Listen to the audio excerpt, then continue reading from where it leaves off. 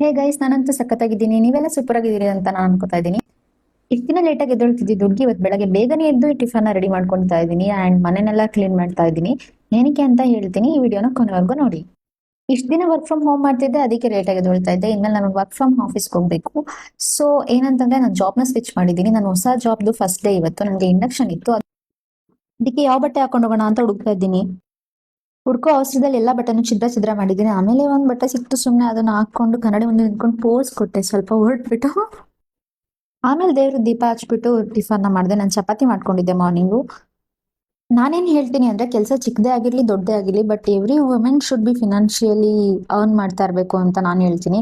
Because ಎಲ್ಲಾ ಖರ್ಚು ಎಲ್ಲದಕ್ಕೂ ನಾವು ಬೇರೆಯವ್ರ ಮೇಲೆ ಡಿಪೆಂಡ್ ಆಗಕ್ ಆಗೋದಿಲ್ಲ. ಅದಕ್ಕೋಸ್ಕರ ಆಮೇಲೆ ಬಸ್ ಸ್ಟಾಪ್ ಹೋಗೋದಿಕ್ಕೆ ಅಂತ ರ್ಯಾಪಿಡೋನ ಬುಕ್ ಮಾಡಿದೆ. ಏನಂತಂದ್ರೆ, ನಾನು ಇವಾಗ ಡೈಲಿ 2 to 2 hours ಜರ್ನಿ ಮಾಡ್ಬೇಕಾಗುತ್ತೆ, ಬೆಳಗ್ಗೆ ಮತ್ತೆ ಸಂಜೆ. ಅದು ತುಂಬಾ ಹೆಕ್ಟಿಕ್ ಅನ್ಸುತ್ತೆ.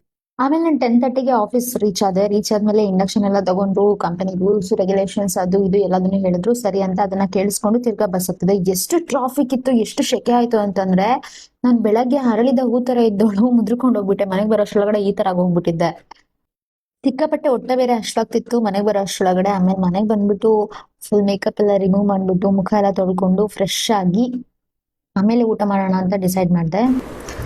ಆಫ್ಟರ್ 2.5 years ಆದಮೇಲೆ ನಾನು ಇಂಟರ್ವ್ಯೂನ ಅಟೆಂಡ್ ಮಾಡಿದ್ದು. ಆ್ಯಕ್ಚುಲಿ ನಾನು ತುಂಬ ಕಾನ್ಫಿಡೆಂಟಾಗಿ ಅಟೆಂಡ್ ಮಾಡಿದ್ದೆ. ಸೊ ನನಗೆ ಅನಿಸಿತ್ತು ನಾನು ಚೆನ್ನಾಗಿ ಅಟೆಂಡ್ ಮಾಡಿದ್ದೀನಿ ಅಂತ ಅಂದ್ಬಿಟ್ಟು. ಸೊ 3 ರೌಂಡ್ಸು ಕೂಡ ಕ್ಲಿಯರ್ ಆಗಿತ್ತು. ಅದಾದಮೇಲೆ ನನಗೆ ಆಫರ್ ಲೆಟರ್ ಕೂಡ ಬಂದಿತ್ತು ನಿನ್ನೆ. ಅವ್ರು ನನಗೆ ಇವತ್ತು ಜಾಯ್ನಿಂಗಿಗೆ ಬನ್ನಿ ಅಂತ ಹೇಳಿದರು. ಸೊ ಅದಾಯಿತು ಕತೆ. ಆಮೇಲೆ ಊಟ ಮಾಡಿ ಮಲ್ಕೊಂಡಿದ್ದೆ. ಮಲ್ಕೊಂಡು ಎದ್ಬಿಟ್ಟು ಬಂದೆ. ಫುಲ್ಲು ತಲೆ ಎಲ್ಲ ನೋಯ್ತಾ ಇತ್ತು, ಸಿಕ್ಕಾಪಟ್ಟೆ ಹೆಡ್ಡೇಕ್ ಆಗಿತ್ತು, ಫುಲ್ ಟಯರ್ಡಾಗಿ ಹೋಗ್ಬಿಟ್ಟಿತ್ತು. ನಾಳೆಯಿಂದ ಟ್ರೈನಿಂಗ್ ಅಂತ ಹೇಳಿದ್ದಾರೆ. ಸರಿ, ನಾಳೆ ಮತ್ತೆ ಸಿಗುವ. Bye guys. ನನ್ನ ಫಾಲೋ ಮಾಡ್ಕೊಳ್ಳಿ, ಲೈಕ್ ಮಾಡಿ, ಶೇರ್ ಮಾಡಿ. ಟಾಟಾ.